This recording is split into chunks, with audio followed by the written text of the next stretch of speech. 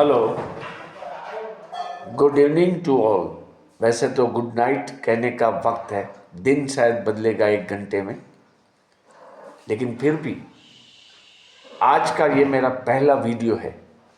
अगला तो live session था, ये पहला वीडियो है, इसलिए मैं गुड मॉर्निंग आपको कहता हूँ। देखिए, आज तो मार्केट अच्छी चली, लेकिन कल क्या हो सकता है?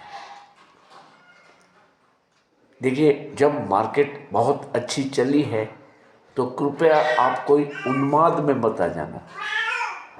ऐसा मत मानना कि अब रिवर्सल बढ़ेगा और आएगा और मार्केट बढ़ेगी। हो सकता है कि ये ट्रैपिंग भी हो। हमें तो चौकन्ना ही रहना है, हर चीज को सोचनी है। अगर ये ट्रैपिंग होगा तो क्या हो सकता है?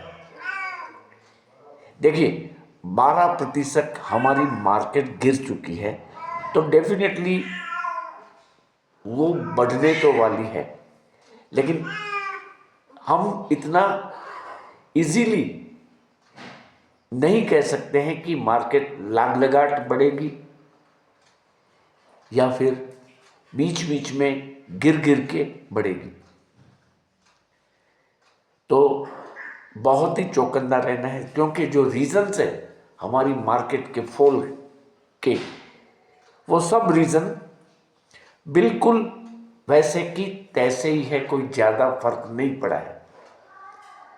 और कल माने तो वेडनेसडे को, बुधवार को यूएस के इन्फ्लेशन के डेटा भी आने वाले हैं, तो डाउ जोन्स में काफ़ी उठक पटक हो सकती है। तो हमें तो हेजिंग पे ही रहना है, कल के दिन भी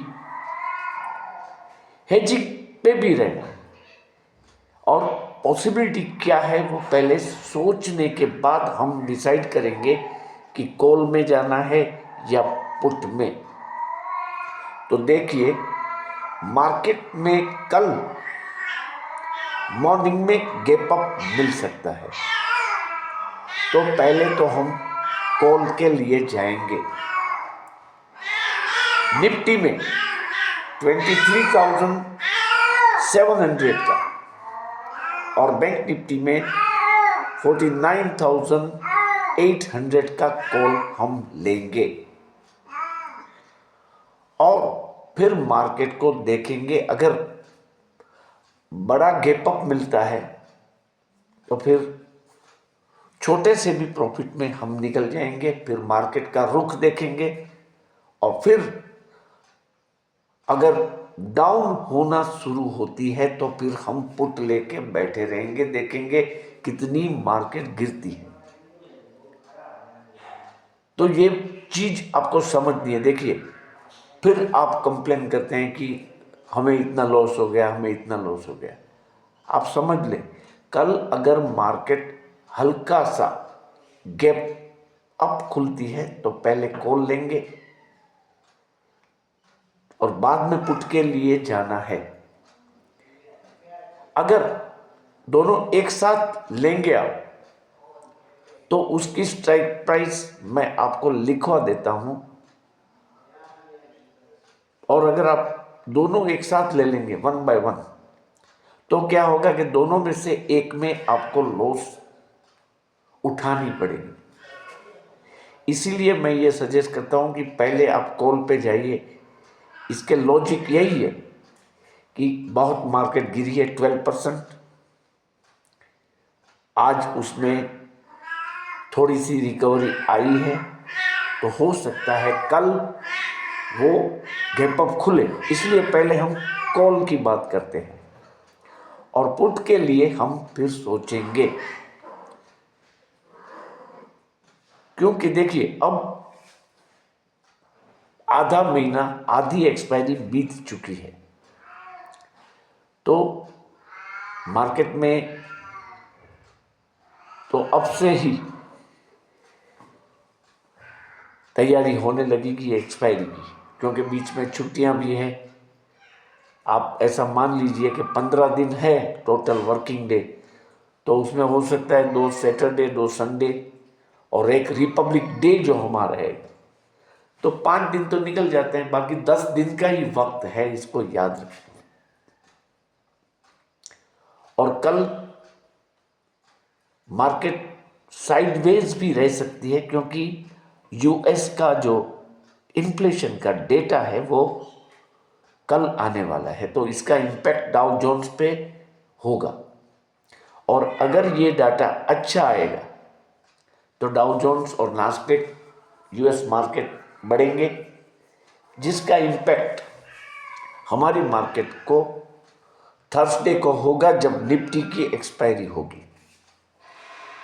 इसीलिए बहुत सोच समझ के आप ट्रेड लेंगे और इसमें हेजिंग ही करेंगे निफ्टी और बैंक निफ्टी में, लेकिन पहले कॉल लेंगे। हालांकि मैंने मेरे मेंबर्स को शाम को ही बता दिया था कि 23,700 का कॉल ले लीजिए, और इसके बाद सिर्फ 10 मिनट में मार्केट करीब 150 पॉइंट बढ़ गई थी। तो उस वक्त भी जिन्होंने ये कॉल लिया होगा और प्रॉफिट बुक कर लिया होगा, तो उनको भी प्रॉफिट हुआ होगा during the last leg of the market closure. तो ये चीज आपको भूलनी नहीं है। देखिए, रुपया भी वीक चल रहा है, हमारा फॉरेक्स रिजर्व भी कम हो गया है,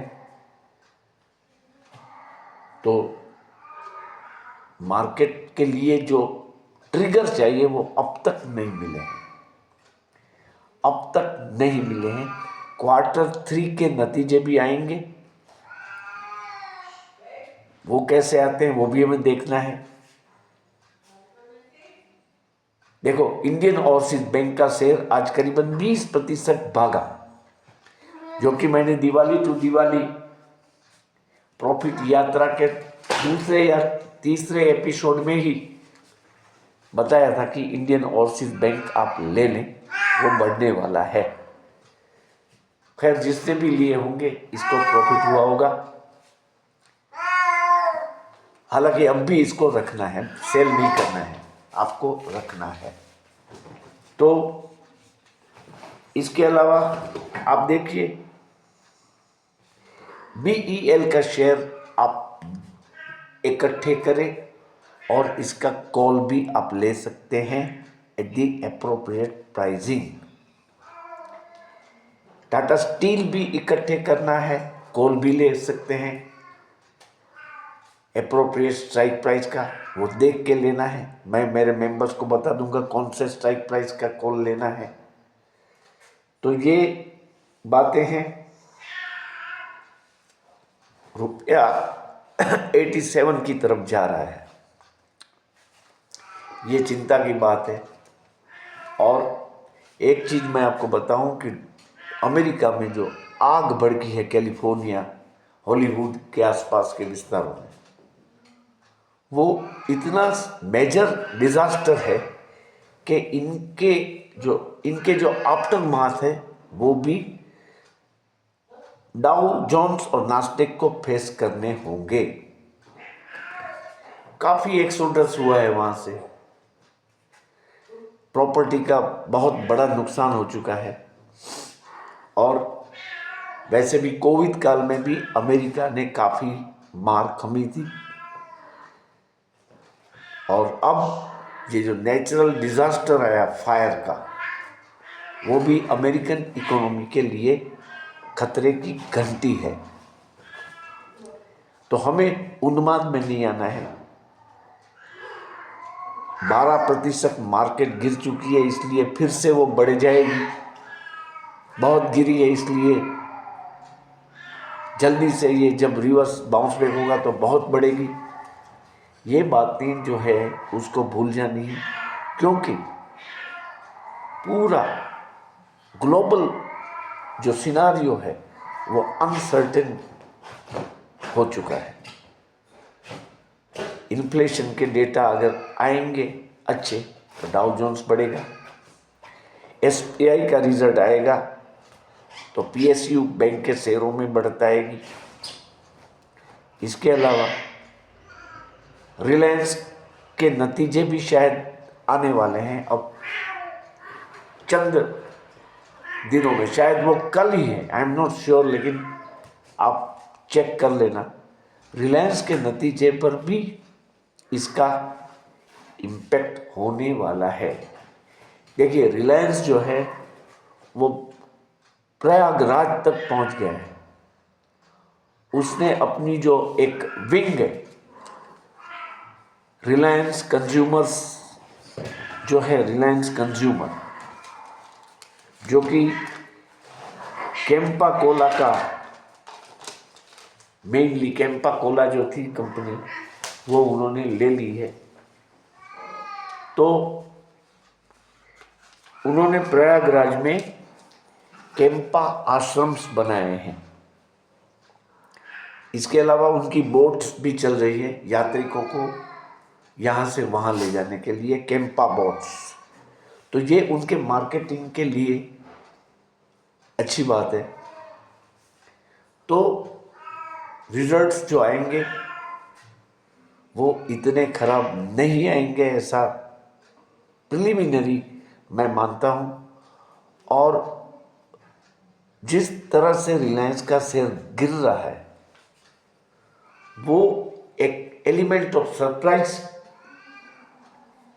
की बात उसमें ऐड कर रहा है। तो हो सकता है रिजल्ट अच्छा है और रिलायंस चलने लगे, और रिलायंस चलेगा तो आप जानते हैं निफ्टी भी अप जाएगा। तो ये सब फ्यूचरिस्टिक बातें हैं। अभी की बात यह है कि मार्केट में अनसर्टेनिटी है, इसलिए हमें सावध रह के ट्रेड लेने हैं, ओवर ट्रेडिंग नहीं करना। तो बस आज के लिए इतना ही है। कल मार्केट हल्का सा गैप अप ओपन हो सकती है, हालांकि फिलहाल तो निफ्टी भी माइनस में है, लेकिन पॉसिबिलिटी जो दिखती है वो ये है कि मार्केट गैप अप खुल जाए। लेकिन आपको तो इमीडिएटली प्रॉफिट अगर जहाँ जहाँ मिलता है वो बुक करना है। देखिए ये एजुकेशनल पर्पस से तैयार किया गया वीडियो है। किसी को कोई लॉस हो जाए तो इसकी जिम्मेदारी इस चैनल की नहीं है। मैं किसी भी शेयर की बाइंग या सेलिंग की रिकमेंडेशन नहीं कर रहा हूँ। मैं कोई रजिस्टर्ड, सेमी रजिस्टर्ड बंदा नहीं हूँ, ये बात भी मैं आपको बता रहा हूँ। और जो लोग मेरी चैनल देख रहे हैं उनको मैं अनुरोध करूँगा कि वो इस चैनल को सब्सक्राइब कर दें और बेल बटन भी साथ में दबा दें ताकि उनको सब नोटिफिकेशन मिले। और जो मेंबर बनना चाहते हैं उनके लिए मैं बता दूं कि मेरी मेंबरशिप जो है वो सिर्फ और सिर्फ 159 रुपीज़ प्रति माह की है, और वो आपको जी पे से भेजनी है 9825648296 पे। तो जो इन्वेस्टर मेंबर बनना चाहते हैं वो सिंपली 159 रुपीज़ की अमाउंट जी पे कर दें और फिर इसका एक स्क्रीनशॉट लेके इसी नंबर पे भेज दें ताकि उसका नाम हमारे व्हाट्सएप ग्रुप में ऐड कर दिया जाएगा और हमारी प्रॉफिट यात्रा के वो भी एक हिस्सेदार बन पाएंगे। Thank you very much for watching my video. Good night.